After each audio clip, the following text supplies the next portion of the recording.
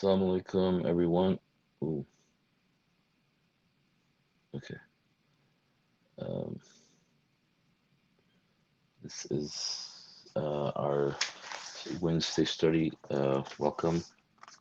God willing, we're gonna be reading today from Surah 21, verse 42 uh, till verse 73. So, God willing, we're gonna seek refuge in God from Satan the rejected. And of God, most gracious, most merciful. 42. Priorities confused. Who can protect you from the most gracious during the night or during the day? Indeed, they are totally oblivious to the message of their Lord.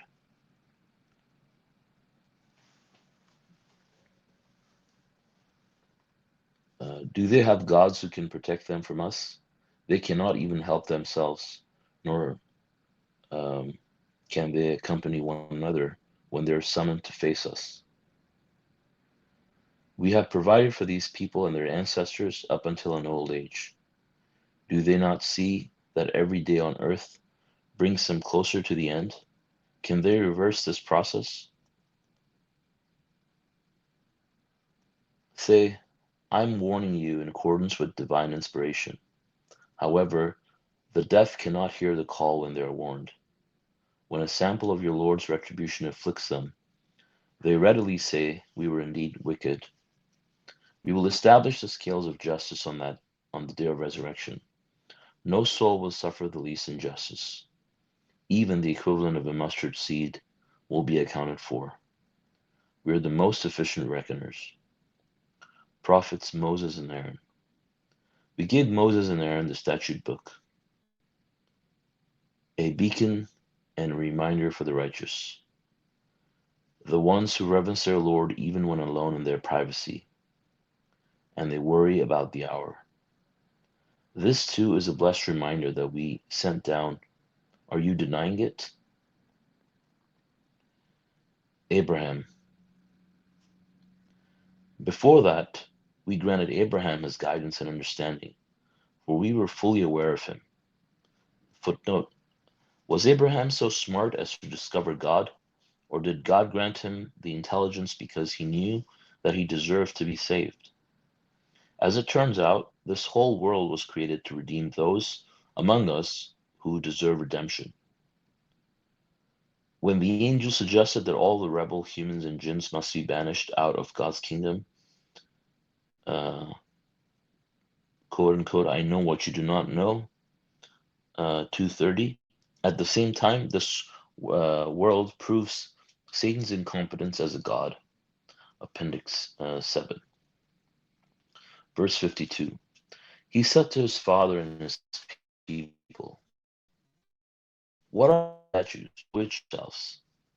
They said, we found our parents worshipping them. They said, indeed, you and your parents have gone totally astray. They said, are you telling us the truth, or are you playing? He said, your only Lord is the Lord of the heavens and the earth who created them. This is the testimony to which I bear witness. I swear by God, I have a plan to deal with your statues as soon as you leave. He broke them into pieces, except for the big one, that they may refer to it. They said, whoever did this to our gods is really a transgressor. They said, we heard a youth threaten them. He's called Abraham. They said, bring him before the eyes of all the people, that they may bear witness. They said, did you do this to our gods, O Abraham? Abraham proves his point. He said, it is the big one who did it. Go ask them if they can speak. They were taken aback and said to themselves, indeed, you are the ones who have been transgressing. Yet they reverted to their old ideas.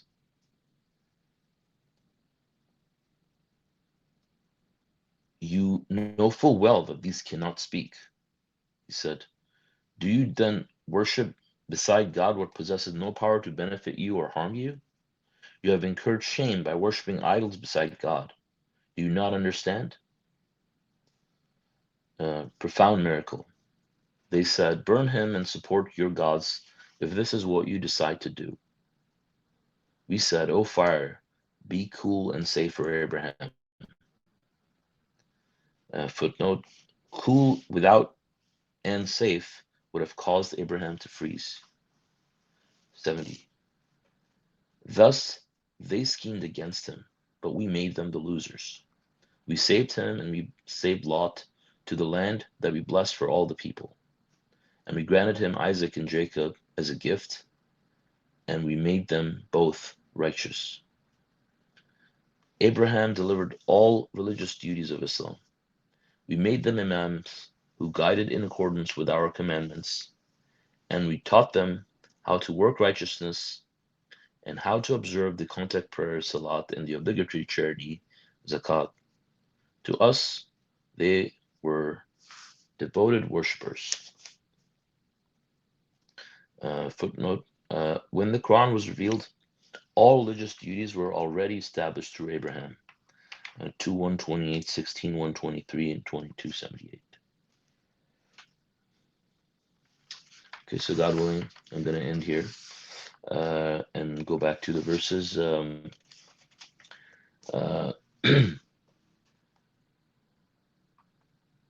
So this is verses are talking about priorities. You know, we can see in 42 and 43, you know, people who are oblivious to God's message, their priorities are confused. You know, but if we really reflect on it, I mean, if God wanted something, uh, you know, for us, like, you know, who could protect us other than God? You know, God is the only one. We're completely and totally dependent on God's mercy, you know, anywhere we go, you know. And God is the only one who's protecting us uh, during the night or during the day. You know, the angels are with us and guarding us in accordance with God's will, you know, based on our actions. So when we observe God, you know, we'll be protected. And when God is our priority, of course, you know, we will be protected. But you know, if there's our priorities are confused, that means that you know, if you have other than God most of the day on your mind, and God is not your priority, your religion is not your priority, then uh, basically it's your God, and they're your idols, basically. So we have to be aware of that. Uh, and you know, this verse 44 is also a good reminder that, you know, we're all headed in one direction to meet with God, and you know, we're getting older every day. From the time we're born, you know, the aging process starts, and you know, God says you cannot reverse this process. You know, so imagine, I mean, how people are trying to, you know, get younger and all that, but nobody can reverse this process. You know, imagine like if someone could do that. I mean, you start getting younger and younger till you become a baby. You know, nobody has done that. Nobody can ever do that. This is everything is happening in accordance with God's law, and this is how, you know, time works, and this is how God's creation works. So we are eventually, you know, headed back to God, and there's no turning back. Um, Also, verse 45 and 46. Well, first of all, um, verse 45 is telling us that um, the deaf cannot hear the call when they're warned. You know, everything is in accordance with God's will, and you know, even a messenger can come and show miracles to the people, but you know, they cannot accept believe anything except in accordance with God's will. And so people who decide to disbelieve, they become blind and deaf. You know, they get shielded by God, and they can't see or hear anything. It's like deaf and blind in total darkness, right? And those people, whether you warn them or not, God says they cannot believe, and that includes disbelievers and hypocrites.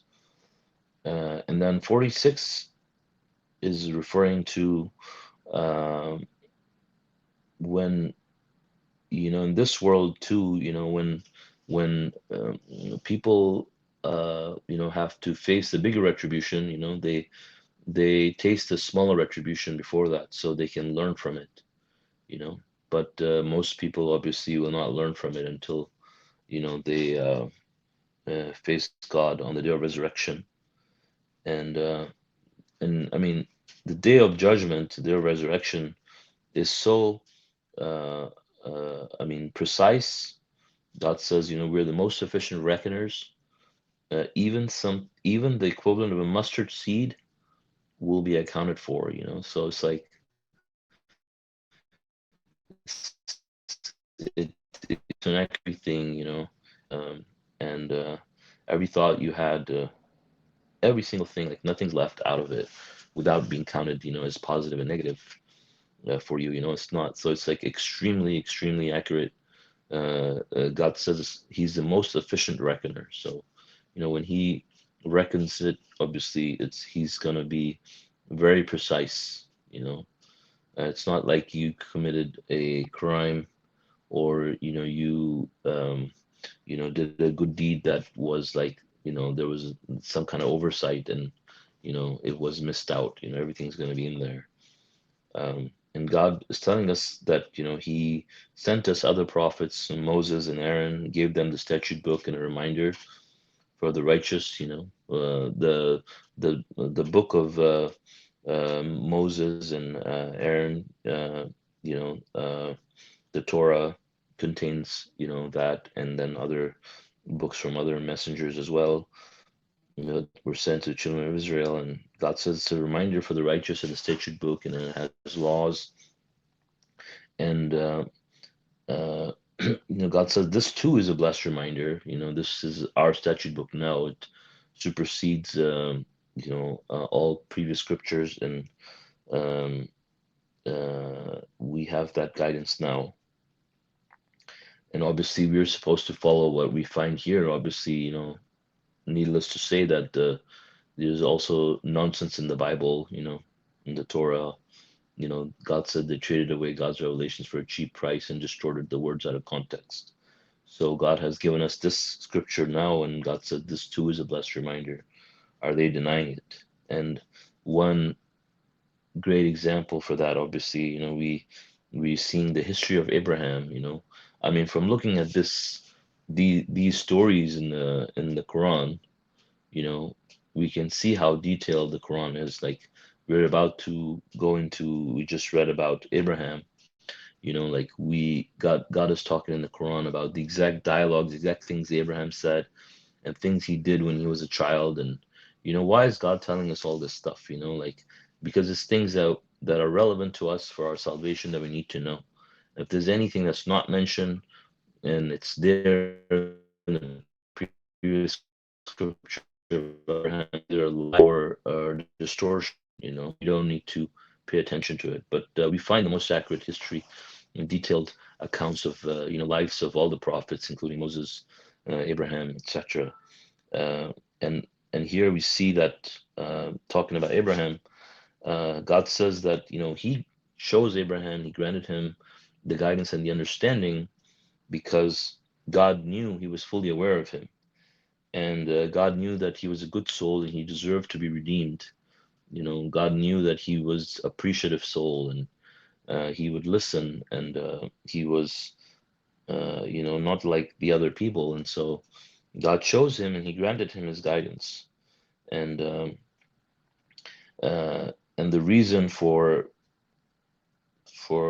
us coming to this world was because all these souls, I mean, He knew that Abraham deserved to be saved, right? So there was him, there was other messengers and prophets, and there's a couple of other good souls that followed them, and with every messenger. And so these people, they're all the people that deserve to be saved.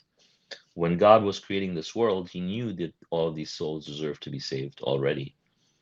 And this whole thing was designed for those to be redeemed. At the same time, it the others had to come in too, even though they were destined for hell. But it had to be demonstrated, his claim for godhood, and the fact that providing proof for these other souls against themselves. If you just put them in hell right away, I mean, people question like why God would do such a thing. But uh, and and put others in paradise. And so now with this demonstration, everyone can see if someone's going to heaven or hell, why, and who deserves it and who doesn't. And we can see for ourselves, and Satan can see that he cannot be a god beside God, and he was extremely wrong and egotistic, and it proves his incompetence as a god. um, so this talks about tells us about Abraham's youth. Abraham's father was a disbeliever, and they were worshiping these statues, and Abraham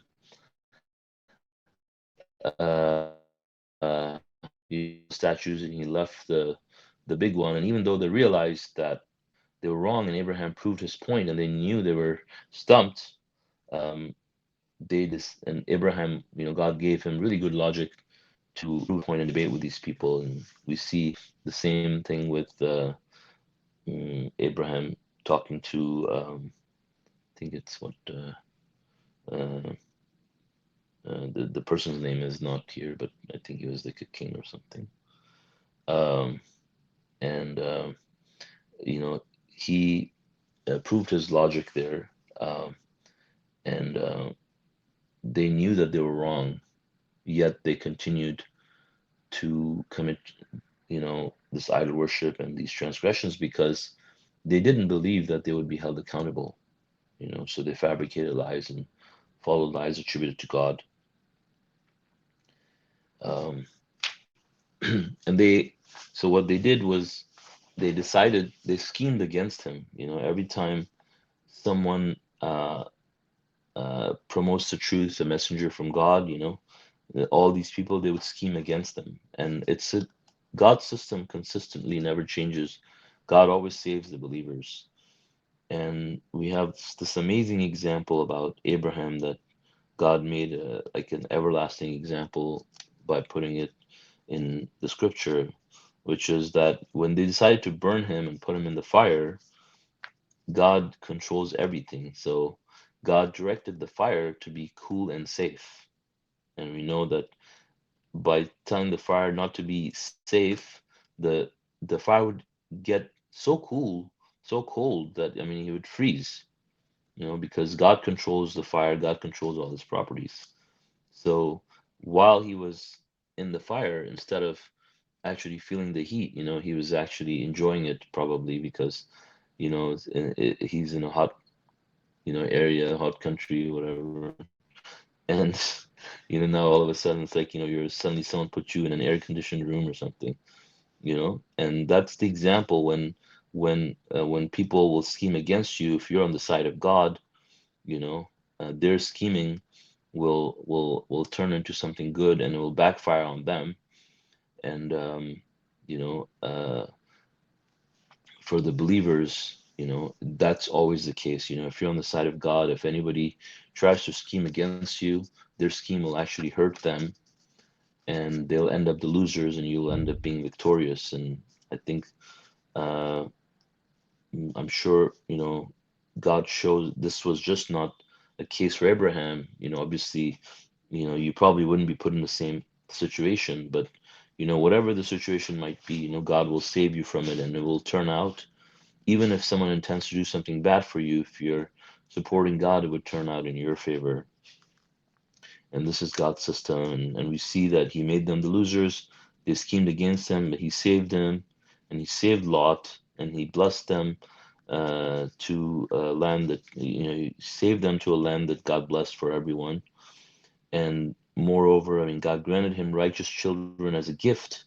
It says we granted him Isaac and Jacob as a gift, and we made them both righteous. If you have children that are righteous, I mean, or spouses, I mean, they are a gift from God for you, and we can see the same for Abraham here.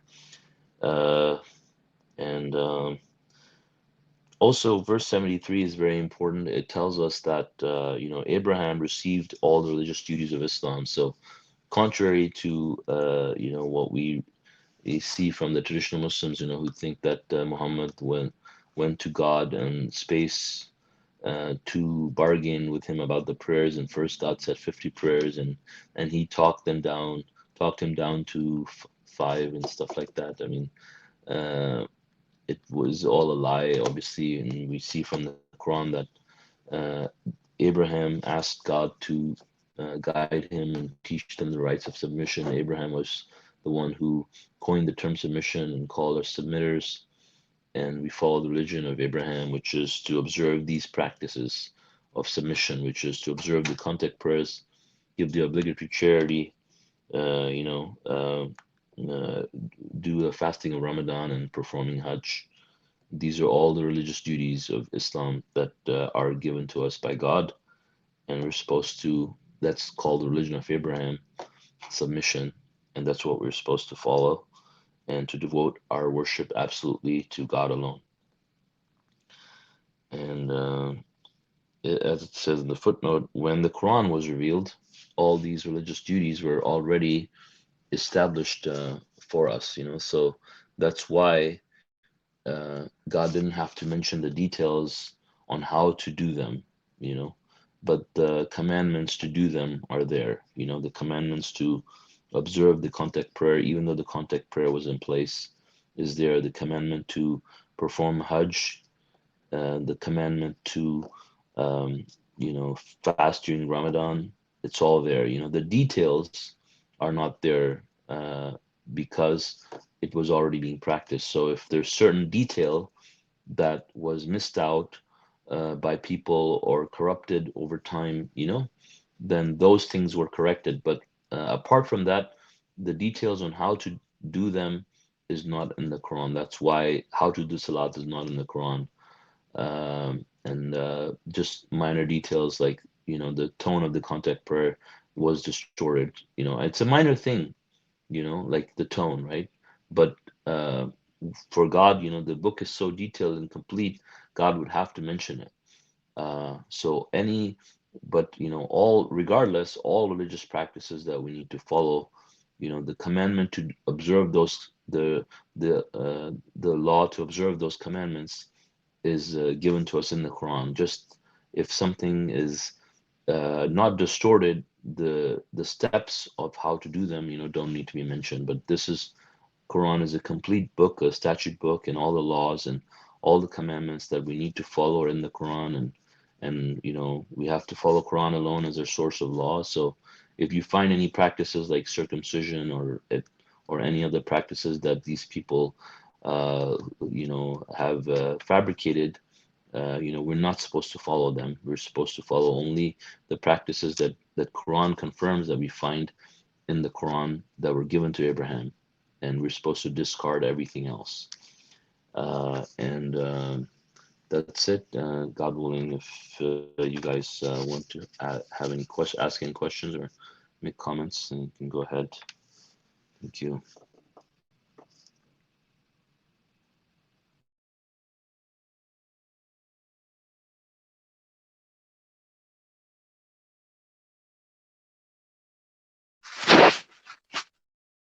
Masha Allah, Salman, good Quran study. Thank you. Masha Allah. Salāmun. Thank you.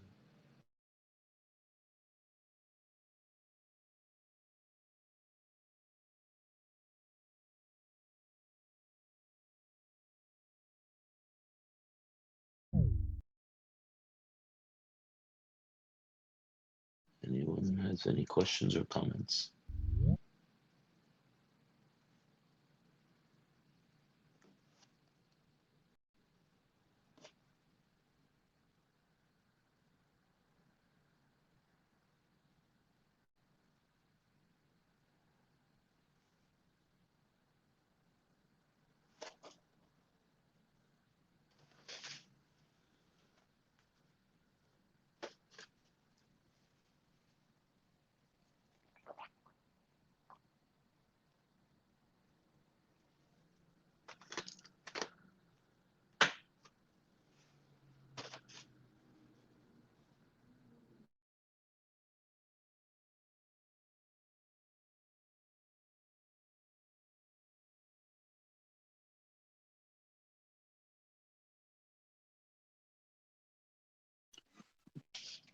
Just want to make one small comment Mhm. that, for not having or details about, contact prayers or um, another Abrahamic practice that God gave, right? I think that by itself is a test as well for people. Mhm. Because, a lot of time you hear, okay, where it says that, how to pray or fast, all these things, right? Um, Mhm.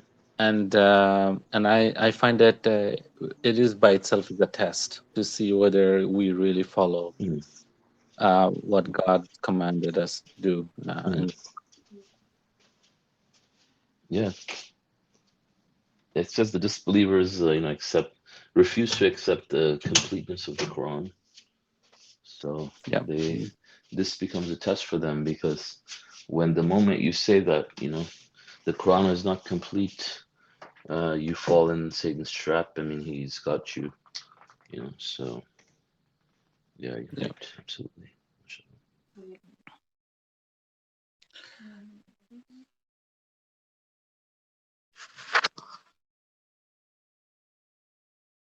And the interesting part is like the verse when it says that God taught Abraham how to do the contact prayer, and it's still you get the same question: how to where do you find how to pray, right? Right, yeah, exactly.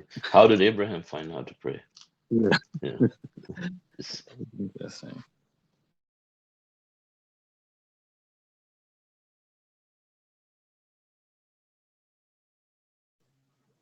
Assalamu alaikum. Salãmun Alaykum. So I want to make the comment also on that contact prayer that I get that question a lot. That and how do you pray? So I throw this question back at them that how do you know how to pray? So their answer is 100% time from the book of Hadith. I said, well, have you read the Hadith? No. That's the question answer followed by yes and then no. Said, well, how do you know? Mhm. My personal experience as a regular Muslim, sitting in a mosque, used to go regularly. After Isha, Mhm. we used to have dars when they talk about religion, and often they get in arguments because one day our imam was talking about that how to stand in the contact prayer when you're standing. How do you stand? Where do you put your hands and stuff like that? So he was the main imam. I think somebody's mic is on. Oh, sorry, that's me. Sorry. So he was talking about where do you put your hand and stuff like that. So one guy stood up and said, well, which hadith you're quoting, that's not in there. There's another stronger hadith that says you have to put your hand here. And then another person stood up and said, well, that's wrong too. I can prove you from another hadith that this is where you put your hand. So all of a sudden, two or three people are arguing, and here's the mom is standing in the front, and he's feeling embarrassed because he's the one everybody was supposed to look up to, and he's being embarrassed. And they're all arguing with each other that this is wrong, you're wrong, your hadith is wrong. So, and I am standing in the far corner, putting my head down, and mashallah, with the grace of God, God has allowed me. At that time, I was studying the Quran, and literally tears start coming out of my eyes. That I read somewhere in the Quran where it says, and from the traditional Quran, that God says, when you stand before God, stand in a very respectful and humble way. That's it. That's it. You don't, I mean, here, so how when they say that you get it from hadith, well, there are so many, first of all, different versions. Each one is saying this how you do it, and this is how you do it. Okay. And so which one are you going to follow first of all? And there's not a single book that give you complete detail of the salat. No, it's all scattered all over the place, and the bits and pieces. It's not 100% like this is how you do perform. They have picked out stuff from one and here and there and make it like that. But there's not a single place where the full contact prayer is written. And then how are you going to follow? Which one are you going to follow? How are you going to sit down? How many rakats you going to do? There's a hadith that says that when Prophet used to go to a mosque, he used to do 2 extra rakat. So when I heard it, I started doing it too. I will go to my fajr in the mosque and I'll do 2, and then I'll do 2 sunnah and 2 first. So these are all stuff. Which one are we going to follow? I mean, they need to sit down and, first of all, they need to get it together, that one standard version where everybody is doing one simple, one format.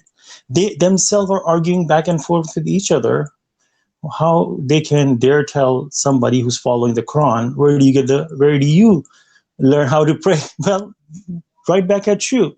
How are you going to figure out? Because there's so many different mosques that you go in there and they have different way of a little bit different things in each one of them.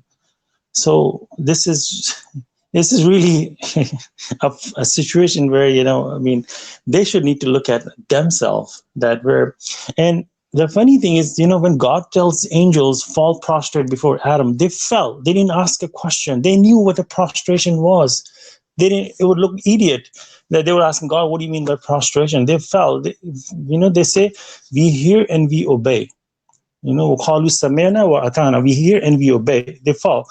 This is what God is teaching us in chapter 2, that this is the system of God. When God says something, you don't ask any question. If you understand, you go do it. Like Moses sacrificing heifer. So when God is telling us stand before God in a respectful way, you don't go to somebody's office and then they say, I want to meet your manager or someone. And then they say, okay, why don't you stand here, wait a few minutes, and when he's done, he'll come and meet you. You're not going to ask them, how do I stand? It's just common sense. But our common sense starts to fail when we come to religion. You put all the common sense in a basket in somewhere, and we become like ignorant kids. Like we don't have any sense. We become so idiot that we start asking questions that don't even make any sense. If we only look at it back ourselves, God is saying stand in a respect. You can put your hand down, or in any way you stand before God in a respectful way. That's all. And that's my comment.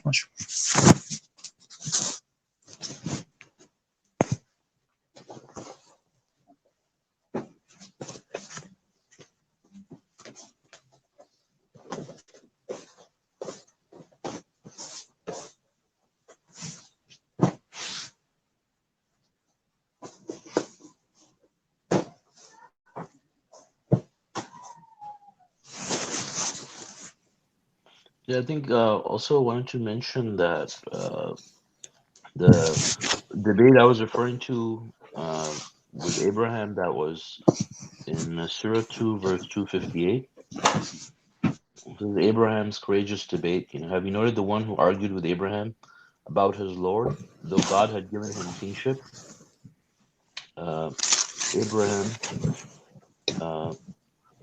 said, okay, mute your microphones, please. Abraham said, my Lord grants life and death. He said, I grant life and death. Abraham said, God brings the sun from the east. Can you bring it from the west? The disbeliever was stumped. God does not guide the wicked. So it seems like, inshallah, God granted Abraham good logic and understanding to be able to debate with people.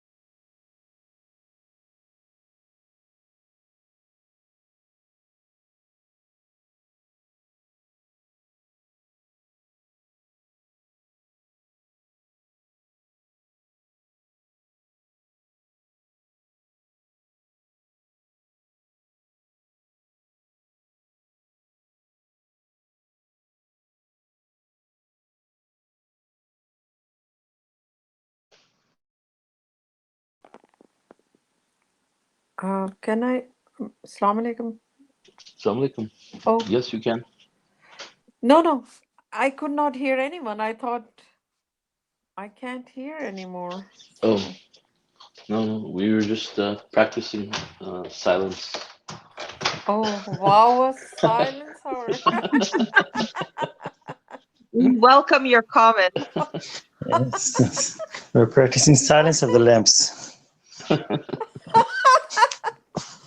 Masha Allah. No, I thought you just took like maybe you will not speak to people for 3 minutes. Anyway.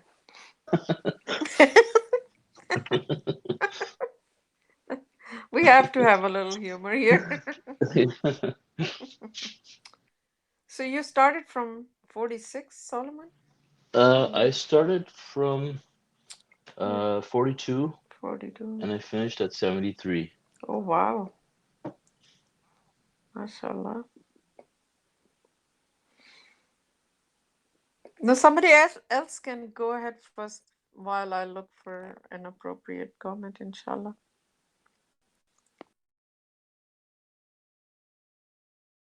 Did you have a comment? My only comment is you broke the silence and then didn't make a comment.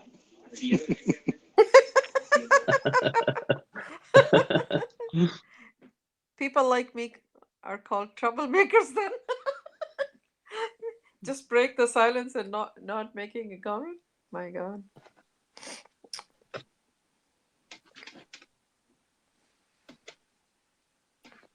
So another thing that okay, I'll make the comment, inshallah. So Messenger of the Covenant, I think, has explained when Abraham was raising those hypothetical questions like, oh, he sees the sun and would this be my God? And then sun goes down and he says, no, that can't be my God. And then he sees the moon and all that.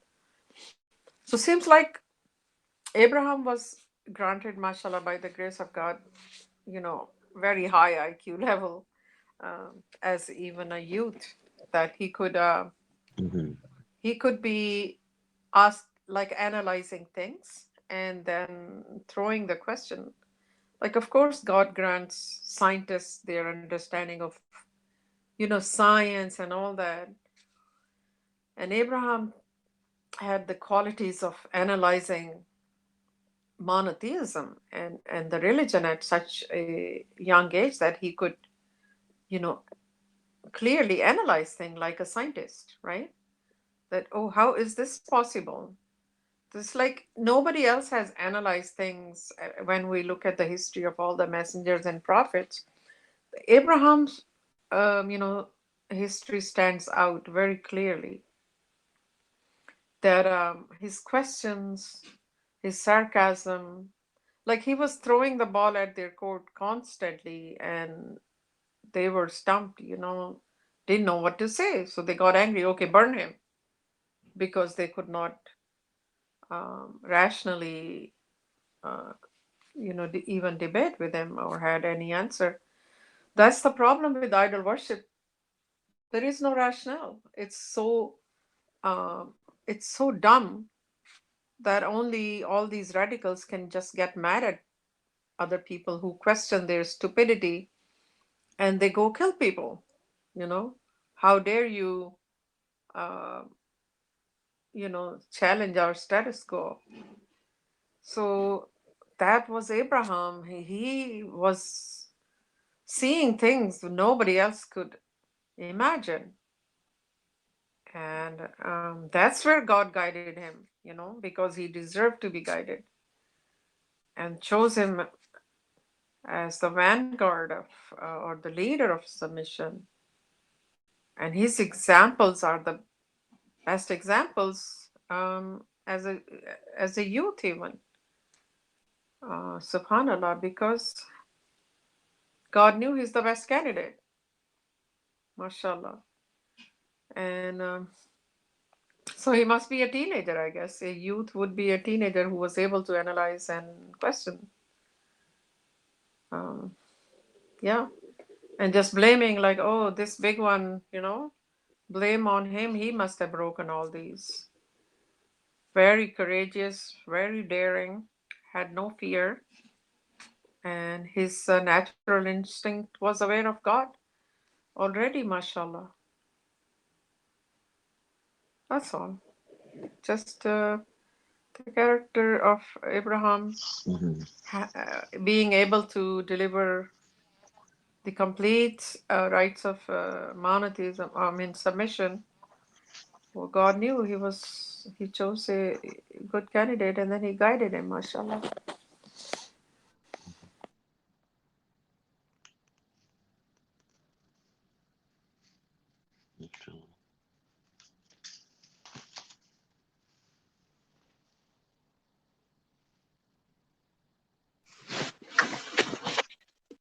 Can I continue?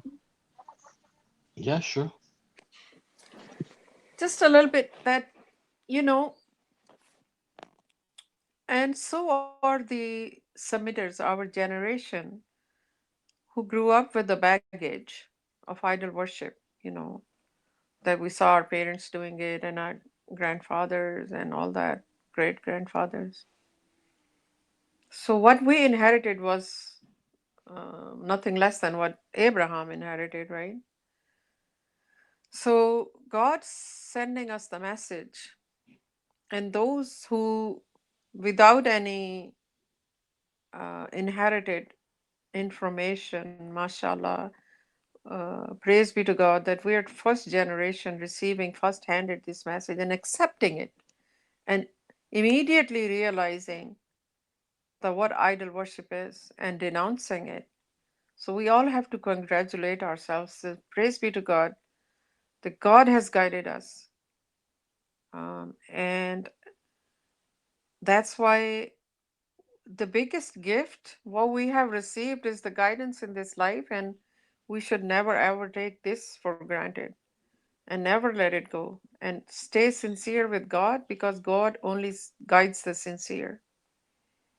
We have to always, in our most private moments, be most sincere with God and ourselves, and always be reflecting on our mistakes and our weaknesses, and asking for guidance and forgiveness. Just sharing, our responsibilities are that now we receive the guidance. All we have to do is hold on to the rope, um, and never side with the betrayers or the doubters or those who spread doubts and poisons and innovations, because we are all responsible for our own soul. Whatever others do, the only thing we can do is that keep our distance from those who try to pollute the religion.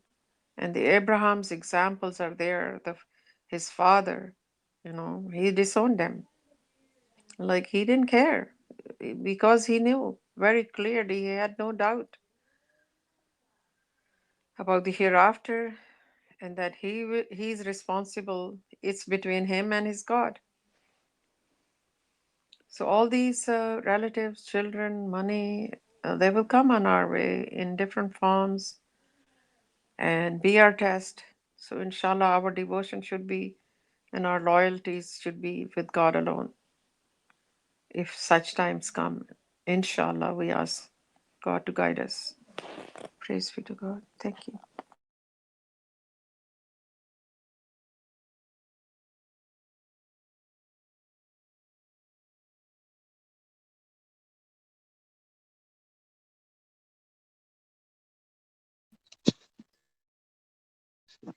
In regards to verse 64, so I just want to say how I understand it, and then I seek refuge in God from Satan rejected. It says Abraham proves his point.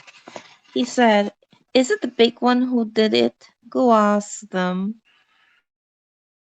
No, it says, he said, it is the big one who did it. Go ask them if they can speak. They were taken aback and said to themselves, "Indeed, you are the ones who have been transgressing." So it's the people who saying indeed that they're the ones who has been transgressing. Am I correct? Yeah, it's Um, the transgressors who were I mean, wrong that who were debating with Abraham.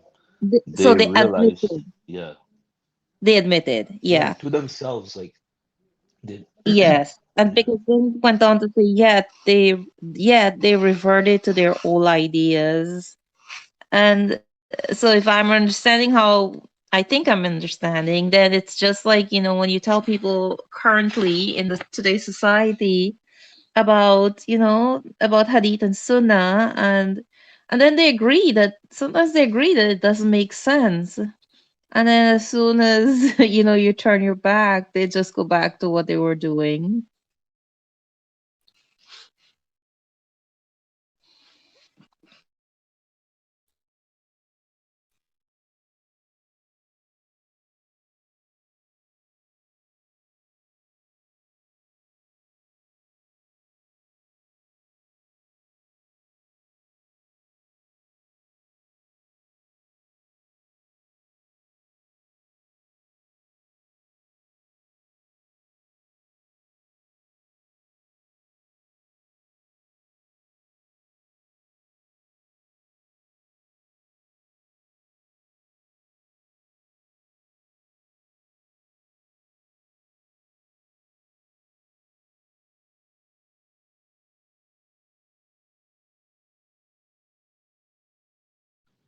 I don't know if any of you are following this other discussion on Facebook. We're talking. Someone made a post about a number of something about the types of messengers. So they, Yeah, that's really bizarre. yeah, yeah, Here comes another one to explain messengers or types of yeah, messengers, which is yeah, even worse than. Anyway, interesting. Go yeah. ahead. It says messenger. It says messengers who keep others away from the Quran but belongs to God. So I asked them like, what, where do you, where do you find this category of messengers that are from God and they keep people away from the Quran? I mean, that sort of actually sounds like a blasphemy. That there be messengers from God who would keep people away from the Quran, and so then this person, she posted few verses that it's just completely like 74:31 and 38:62 to 64, and 38:62 to 64 is just about surprise. These people in hell, they don't see the people who are believers, and the people in hell will feud with one another, right? And then the next one is 74:31, which is talking about the purpose of uh, the mathematical miracle, right? And it says, we appointed angels to be guardians of hell, and we assigned their number 19. So then she says that hell is where we live now, not the final hell that will be brought in existence. So she sees this as the hell that we live now, and there are angels that are guarding it, and they're, you know, uh, uh, exposing those who harbor doubts and the disbelievers, and they're Does actually she, doing something. does So she really, provide any evidence to back up what her claims are? no, no, she was just repeating those verses, like, Oh, okay. so I just was, I didn't even understand the whole thing until now when I read it again. She's thinking that these are this is talking about hell on earth. um, but yeah, I just was thought it was interesting.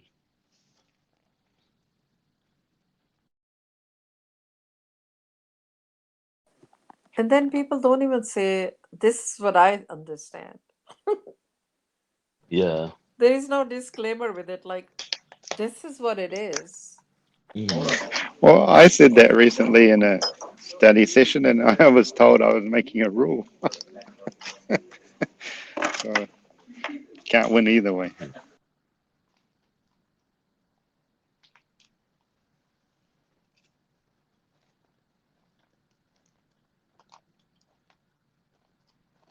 Mm. Oh, you mean you said something and then you said this is your understanding, and they said you're making a rule. Yeah. Hmm. I mean, Hmm. possibly, maybe Hmm. wrong choice of words, Well. but I Hmm. just thought, wow. Well.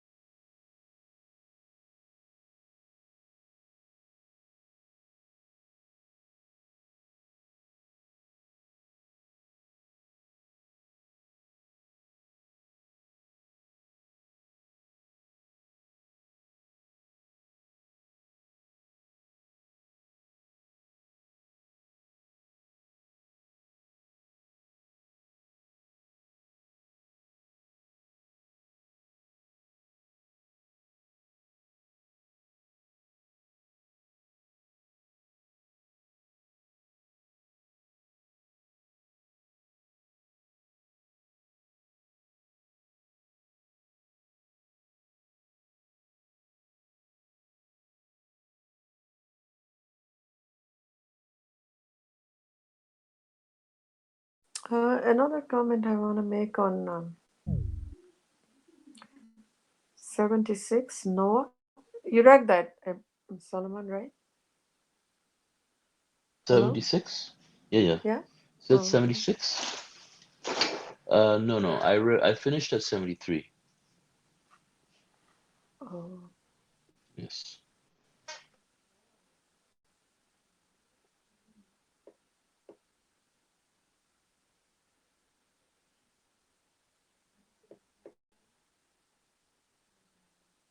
I mean, we can make off-topic comments Yeah, too. I guess all No. these Hmm. verses have been explained, mashallah, already.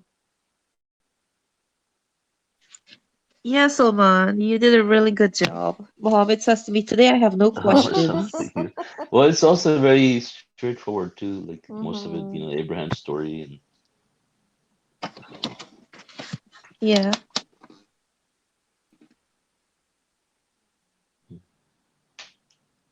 mashallah. You have no questions because you guys are so clear, mashallah, and being guided by God. God willing.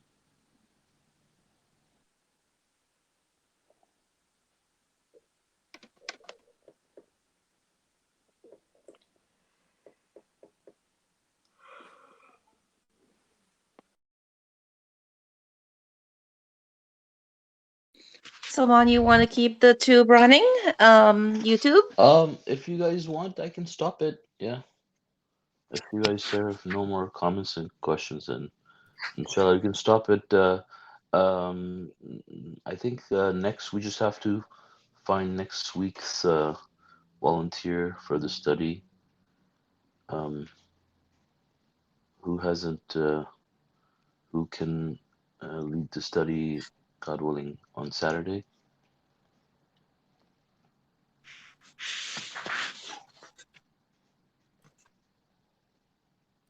Where did everybody go? I don't see him. I thought he'd volunteer, but I don't see him.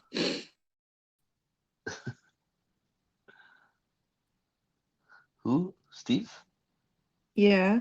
Oh, he volunteered? No, I thought he would because he hadn't Oh, done it in a while. oh, So I thought he'd volunteer oh, himself. oh. I think Nudut, you said you would do it, That right? sounds like a bit of peer pressure. Well, yeah.